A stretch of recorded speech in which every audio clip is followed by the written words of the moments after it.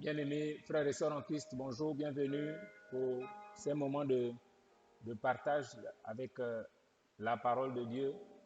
Nous voulons avancer dans notre programme de jeûne et nous sommes à notre 4e semaine de jeûne. Nous voulons rappeler le thème de notre mois de jeûne.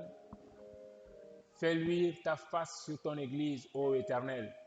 Et notre 4e semaine de travail dans laquelle nous sommes a pour thème le 4e être vivant est semblable à un aigle qui vole. Le 4e être vivant est semblable à un aigle qui vole. Le livre de Deutéronome au chapitre 32 du verset 11 au verset 13, la Bible déclare ce qui suit. Pareil à l'aigle qui éveille sa couvée, voltige sur ses petits, déploie ses ailes, les prend, les porte sur ses plumes. L'Éternel seul a conduit son peuple et il n'y avait avec lui aucun Dieu étranger. Il l'a fait monter sur les hauteurs du pays et Israël a mangé les fruits des champs. Il lui a fait sucer le miel du rocher, l'huile qui sort du rocher le plus dur. Voici le texte de départ avec lequel nous voulons commencer ces moments de partage. La Bible dit, pareil à l'aigle qui éveille sa couvée. L'Éternel se compare à un aigle qui éveille sa couvée. L'Éternel se compare à cet aigle qui veille à ce que sa couvée soit éveillée. La Bible dit pareil à l'aigle qui éveille sa couvée. L'Éternel veille à ce que les enfants de Dieu soient éveillés, qu'ils ne soient pas endormis comme les enfants de ce siècle, comme les enfants de ce monde, qu'ils ne soient pas dans une paix qui annonce des malheurs.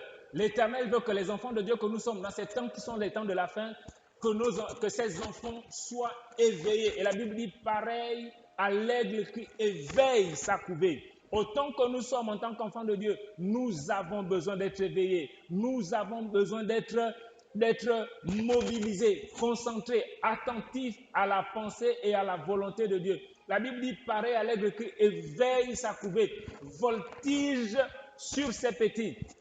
Ça veut dire quoi? Ça veut dire que l'Éternel a en permanence sa présence autour de ses enfants. La Bible dit, il voltige. Cet aigle-là, qui est la représentation de Dieu, voltige sur ses petits. Pourquoi? Parce qu'en permanence, l'aigle montre à ses enfants le comportement à avoir, l'attitude à avoir. L'aigle montre à ses aiglons qui ne sont pas encore capables de voler que voici ce que vous allez devenir, voici ce que vous allez faire, voici ce que vous allez vivre dans le futur. Quand vos ailes seront déployées, quand vous aurez pris de la force, du muscle, de la capacité, voici ce que vous allez faire. Et Jésus est venu sur la terre avec la forme d'un homme. Et il nous a montré le modèle. C'est le modèle de l'aigle qui voltige sur ses petits.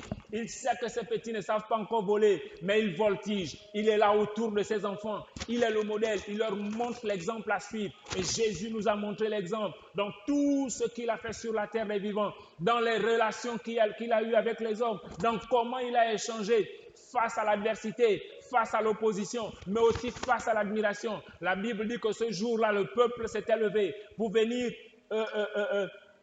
acclamer Jésus, pour venir faire de lui le roi, parce qu'ils avaient vu les œuvres de Jésus et ils avaient décidé de faire de lui le roi. Mais Jésus savait qu'on voulait faire de lui un roi sur la terre, alors qu'il était le roi de tout l'univers, alors qu'il était le roi au-dessus de tous les rois. La Bible dit le prince des rois de la terre. Et la Bible dit ici, voltige sur ses petits, il déploie ses ailes, il les prend, les porte sur ses plumes. Pourquoi? Parce qu'il veut leur montrer l'exemple à suivre. Il est en train de leur dire, un jour, vous aussi, vous déploierez vos ailes pour protéger vos enfants. Vous aussi, un jour, vous déploierez vos ailes pour montrer l'exemple à d'autres personnes. Et c'est ce que l'apôtre Paul a dit à Timothée. Il lui a dit, ce que je t'enseigne, ce que je te montre, reçois-le pour toi. Mais sois aussi celui-là qui transmettra à d'autres pour que ceux-là aussi transmettent. Et ainsi de suite. La Bible dit, allez par tout le monde et faites de toutes les nations des disciples. De la même manière que Jésus a fait des disciples, il voulait que les enfants de Dieu aussi fassent des disciples. Et Dieu attend cela de nous. De la même manière qu'il déploie ses ailes devant ses aiglons, l'aigle en train de montrer à ses enfants qu'un jour, vous aussi, vous aurez déployé vos ailes devant vos enfants. et ainsi de suite. Nous avons reçu de la part de Jésus. C'est maintenant à notre génération de transmettre le témoin. Nous avons reçu l'évangile. C'est à notre tour de transmettre cet évangile que nous avons reçu gratuitement. La Bible dit l'Éternel seul a conduit son peuple. Et le Dieu que nous prions, le Dieu que nous servons, est le seul à conduire son peuple. Il n'y avait avec lui aucun Dieu étranger. Il n'y a dans ta vie personne qui intervient. Dieu seul est à l'origine. Dieu seul est au commencement. La Bible dit qu'il est l'alpha et l'oméga, le commencement et la fin. Ce qui t'arrive, mon frère, arrête de penser à la sorcellerie. Oui, le sorcier peut être identifié comme étant la main qui a posé l'acte. Mais la Bible dit que toute chose concourt au bien de ceux qui aiment Dieu. Cela veut dire quoi? Cela veut aussi dire, frère de l'éternité, délice, et te donnera ce que ton cœur désire. Ce qui a été bloqué dans ta vie par le sorcier peut être rendu au centuple. Si tu fais de l'éternel tes délices, alors il te donnera ce que ton cœur désire. La Bible dit, recherchez premièrement le royaume de Dieu et sa justice. Alors toutes ces choses seront données par-dessus tout. Il n'y a rien qu'un homme, un esprit soit capable de bloquer dans ta vie. Si tu as fait de l'éternel tes délices, si tu as recherché premièrement le royaume de Dieu et sa justice, alors Dieu est suffisant. Il est tout puissant. La Bible dit qu'il est omniscient. Il est omniscient. Il sait qui a bloqué quoi dans ta vie et il sait à partir de quel moment telle chose qui a été bloquée dans ta vie va être débloquée parce qu'il est le maître des temps et des circonstances. C'est lui qui conduit ta vie. C'est lui qui sait ce que tu vas faire. Il lui a fait sucer le miel du rocher. Il y a un miel qui ne va pas sortir de la ruche, mais qui sortira du rocher. C'est-à-dire de la situation la plus compliquée que l'on puisse imaginer. Il y a un miel. Il y a quelque chose de doux, quelque chose de beau, quelque chose de bon qui va sortir de la situation la plus compliquée que tu puisses traverser.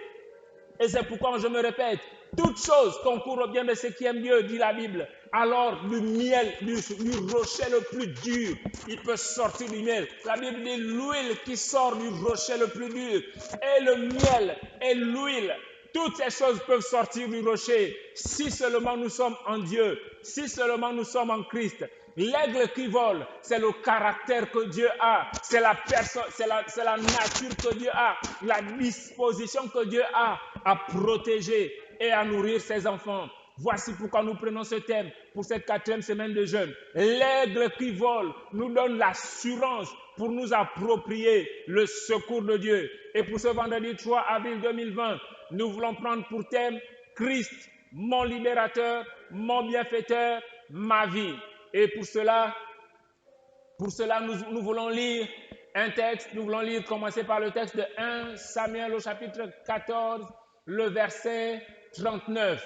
Nous disons que pour cette journée du 3 avril, Christ, mon libérateur, le défenseur, mon défenseur, je suis à l'abri du danger parce que Christ est mon libérateur. Au nom de Jésus-Christ de Nazareth. Christ, mon libérateur, qu'est-ce qu'il fait dans ma vie? Qu'est-ce que Christ fait dans ma vie? Qu'est-ce que Christ fait dans ma vie? Pourquoi est-ce que Christ est dans ma vie? Quelle est son intention? Quelle est sa volonté pour ma vie? La Bible dit 1 Samuel 14, verset 39, car l'Éternel, le libérateur d'Israël, est vivant. L'Éternel, le libérateur d'Israël est vivant. Mon frère, celui qui te libère est vivant. Ma sœur, celui qui te libère est vivant, car l'Éternel, le libérateur d'Israël, Israël est mis ici pour le peuple de Dieu, pour l'enfant de Dieu, pour les enfants de Dieu, pour les élus de Dieu. Et les élus de Dieu ont un libérateur, c'est l'Éternel, et il est vivant. Alléluia. 2 Samuel 2 Samuel chapitre 22, verset 2, la Bible dit, il dit, l'Éternel est mon rocher, ma forteresse, mon libérateur. C'est l'Éternel qui se lève pour me libérer. Quelquefois, on a tendance à vouloir se prendre en charge nous-mêmes. Il faut que je fasse la délivrance. Il faut que je fasse ceci. Il faut que je fasse cela. Oui, c'est nécessaire parce que la Bible dit, l'Éternel exerce nos mains au combat. Mais nous devons aussi comprendre que l'Éternel, notre rocher, notre forteresse, c'est aussi lui qui nous libère. C'est aussi lui qui sait identifier les liens qu'il y a dans nos vies. Et c'est aussi lui qui est capable de venir briser ces liens, quelle que soit leur force, quelle que soit leur puissance, au nom de Jésus-Christ de Nazareth. Psaume chapitre 19, verset 15. Reçois favorablement les paroles de ma bouche et les sentiments de mon cœur. Ô Éternel, mon rocher et mon libérateur, reçois favorablement les paroles de ma bouche et les sentiments de mon cœur. Ô Éternel, mon rocher et mon libérateur.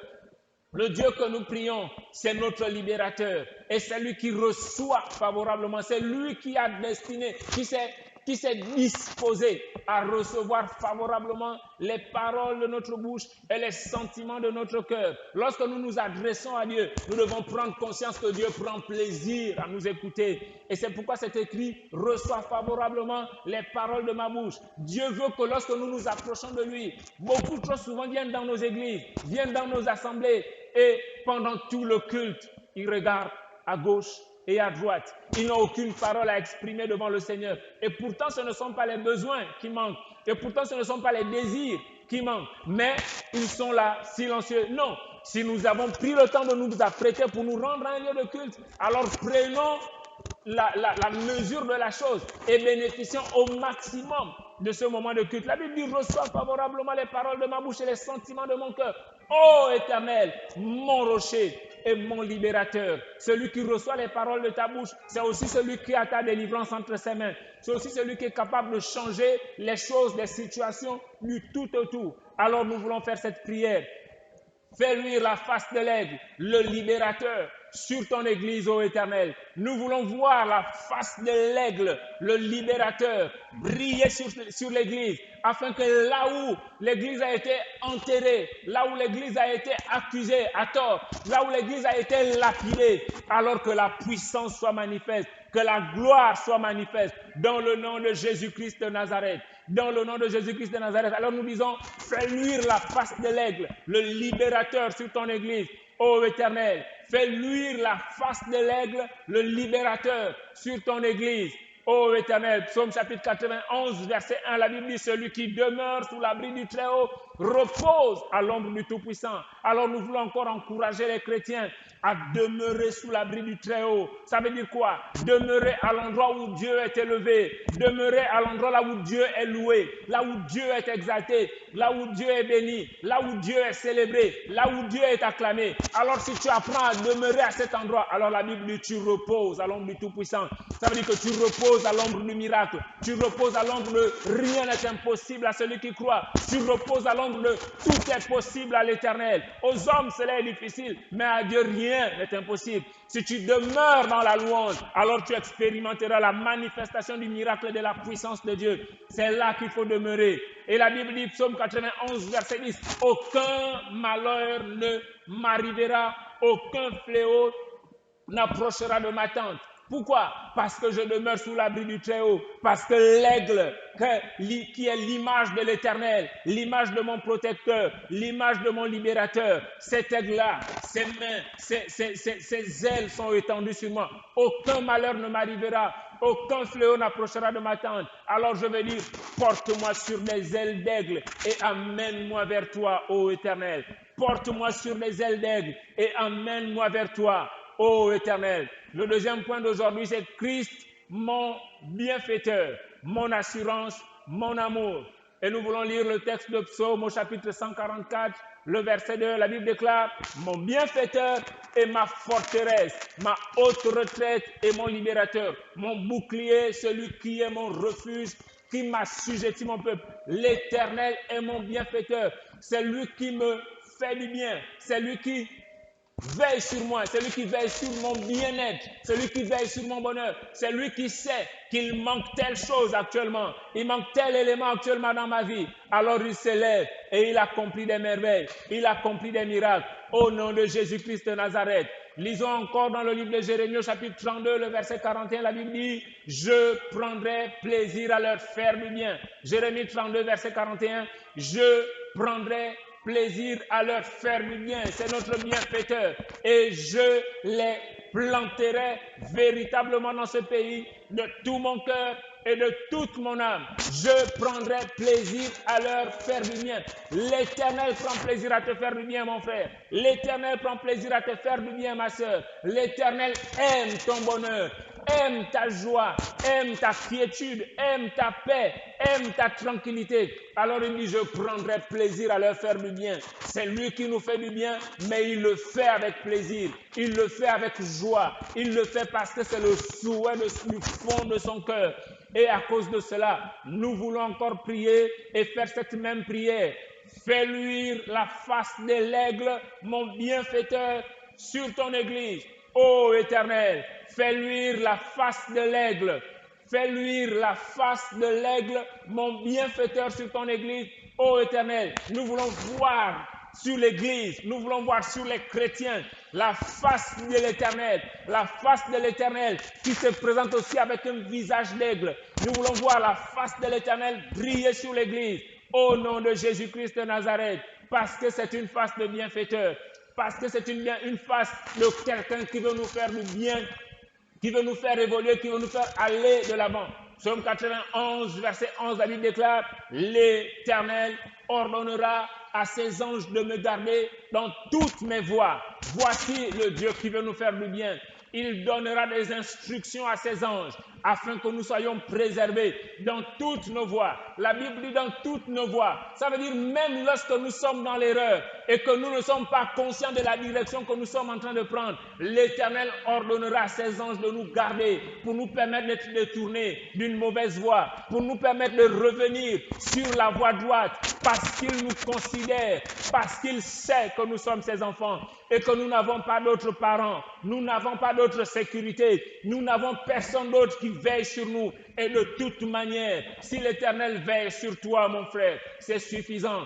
Alors arrête de penser qu'il n'y a que Dieu dans ta vie. Dieu est suffisant. Dieu n'a pas besoin. Si tu as Christ dans ta vie, alors c'est largement suffisant. Arrête de te morfondre parce que les amis t'ont abandonné, parce que les parents t'ont abandonné, parce que les connaissances t'ont abandonné, parce que les gens qui étaient proches de toi t'ont abandonné. Depuis que tu es en Christ, c'est la preuve que ce n'étaient pas les bons amis, c'est la preuve que ce n'étaient pas les bons parents, ou peut-être que c'est la preuve qu'il y a un travail que tu dois faire, ou que ces personnes aussi soient gagnées à Christ, afin qu'elles reviennent vers toi. Mais de toute manière, l'Éternel, c'est celui qui veille sur toi, plus que quiconque, plus que n'importe qui. Alors nous voulons encore faire cette prière. Porte-moi sur les ailes d'aigle et amène-moi vers toi, ô Éternel. Amène-moi vers toi, ô Éternel. Le troisième point que nous voulons citer ce soir, c'est Christ, ma vie, celui qui me fait vivre et qui est le but de ma vie. Si je vis, c'est Christ le but de ma vie. La Bible dit, Philippiens chapitre 1, verset 21, car Christ est ma vie et la mort m'est un gain. Et en citant ce verset, je pense automatiquement à souvent ces moments où les chrétiens, nous avons eu des moments de deuil. Nous avons perdu un frère en Christ. Nous avons perdu une sœur en Christ. Nous avons perdu un aîné, un père dans la foi.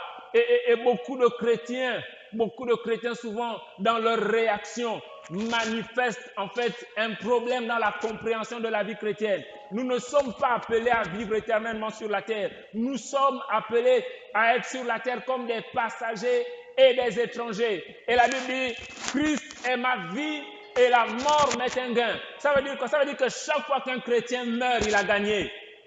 Chaque fois qu'un chrétien meurt, il a gagné. Parce que la mort m'est un gain. C'est écrit dans la Bible.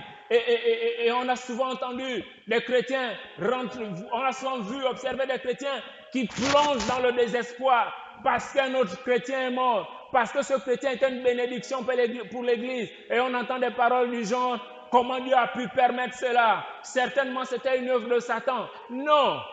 Si nous prions pour l'élévation, la plus grande élévation qu'un chrétien puisse avoir, c'est la mort. Parce qu'il accède à un niveau d'élévation qu'aucun homme n'a sur la terre. Ce chrétien qui est mort ne sera plus jamais malade, ne sera plus jamais endetté, ne sera plus jamais dans la faiblesse, ne sera plus jamais tenté, n'aura plus jamais aucune des situations de faiblesse que nous pouvons expérimenter sur la terre. Alors en réalité, autant que nous sommes sur la terre, s'il y a un niveau d'élévation qui est extrême dans nos vies, ce niveau, c'est d'accéder à la mort, d'accéder à la présence éternelle de Dieu par le passage de la mort. Ce n'est pas pour souhaiter la mort, mais c'est pour dire la meilleure chose, la plus grande chose qui puisse nous arriver, le plus grand niveau d'élévation que nous puissions atteindre sur la terre, c'est la mort.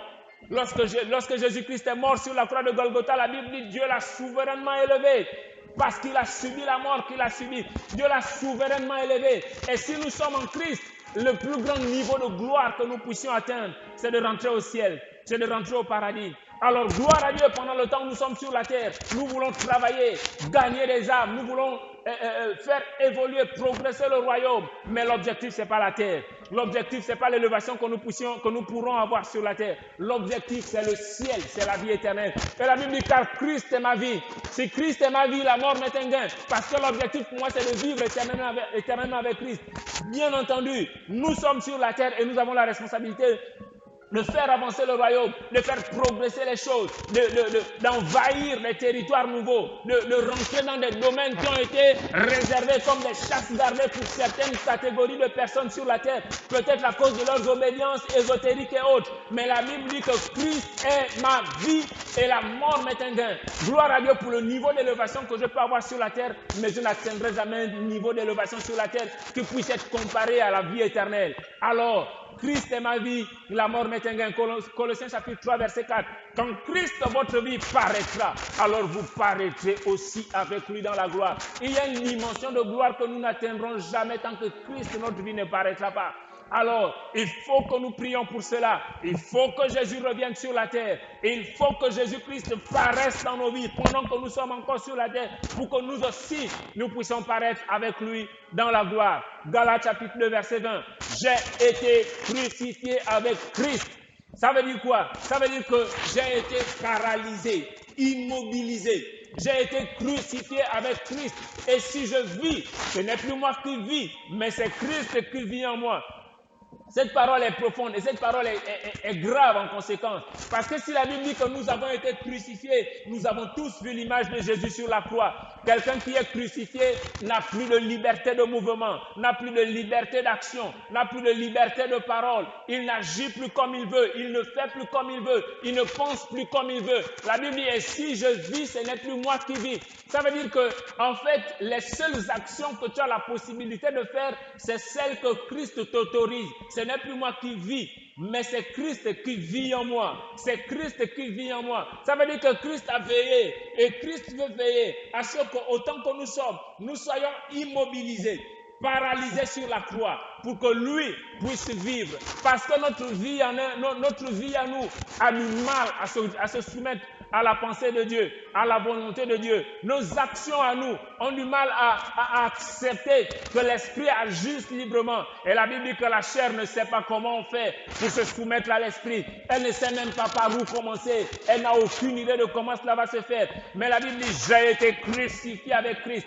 Si nous acceptons la crucifixion avec Christ, en regardant simplement comment Jésus a fait, nous avons une idée d'être crucifiés. Parce que même la respiration était difficile. Et les médecins qui ont étudié le phénomène sur le plan médical, il y avait une asphyxie à la croix. Ce n'était pas juste une douleur physique qui était insoutenable. Non, il était en train de s'asphyxier. De plus en plus il respirait, plus ses poumons avaient du mal à respirer. Plus il s'est forcé à respirer, plus les poumons avaient du mal à respirer. Même la respiration était difficile. Pourquoi? Pour parler du fait que les moindres choses peuvent devenir problématiques dans nos vies à partir du moment où nous avons décidé de suivre Christ. Parce que Christ devient le maître et il n'autorise pas certaines choses dans nos vies. Et pourtant, ces choses sont autorisées chez le voisin, chez le frère à côté. Mais dans ta propre vie, dans ta vie, il peut juste avoir décidé qu'il ne te permettra pas telle chose. Prenons le cas de l'apôtre Paul, qui n'a pas eu la possibilité de se marier. Prenons le cas de Jésus-Christ lui-même, qui n'a pas eu la possibilité de se marier. Dieu va mettre des restrictions dans ta vie parce qu'il connaît les objectifs qu'il a fixés pour toi. À tel autre, il va permettre telle chose. À toi, il ne te permettra pas. Pourquoi? Parce que l'objectif, si je suis crucifié avec Christ sur la croix, alors si je vis, ce n'est plus moi qui vis. Si je suis crucifié et que je suis toujours en vie, que je suis toujours sur la terre, alors si je vis, ce n'est plus moi qui vis. Et Jésus-Christ n'est pas mort au moment où on l'a cloué à la croix. Jésus-Christ est resté là pendant des heures, jusqu'à ce qu'il ait terminé de faire le travail qu'il y avait à faire.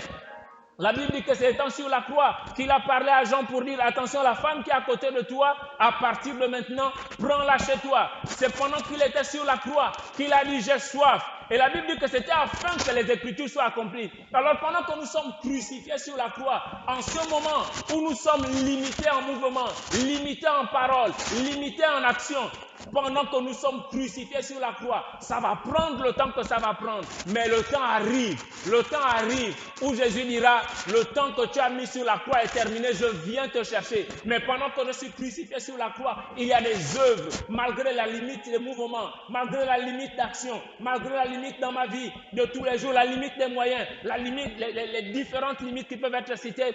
Dieu a prévu que malgré toutes ces limites, il a dit, et si je vis, ce n'est plus moi qui vis. Donc pendant que je suis dans ce corps et que ma vie est crucifiée, c'est Christ qui vit en moi, c'est Christ qui se manifeste, c'est Christ qui veut parler. Pourquoi? Parce qu'il a aussi dit quelque part, tu n'as voulu ni sacrifice ni offrande, ce que l'on offre selon la loi, mais tu m'as formé un corps pour faire ta volonté. Pendant que nous sommes crucifiés, il y a une volonté de Dieu qui doit se manifester dans nos vies. Et cette volonté doit se manifester. Et c'est maintenant que nous disons à Dieu, fais luire la face de l'aigle ma vie sur ton église, ô Éternel. Fais luire la face de l'aigle ma vie. L'aigle qui représente l'Éternel. Et aussi ma vie, c'est lui qui vit en moi et c'est lui qui vit au travers de moi. Fais luire la face de l'aigle ma vie sur ton église, ô Éternel.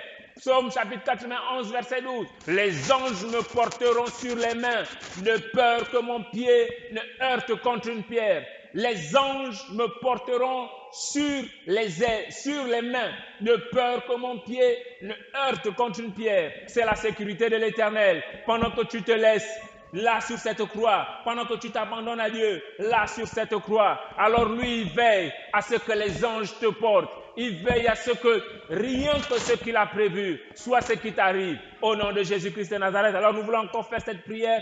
Porte-moi sur les ailes d'aigle et mène-moi vers toi, ô Éternel. Porte-moi sur les ailes d'aigle et emmène-moi vers toi, ô Éternel. Que l'Église soit toujours de bonne foi. Que l'Église sache que la malédiction sans cause n'a point d'effet. Et que l'Église œuvre avec une main diligente pour le royaume de Dieu.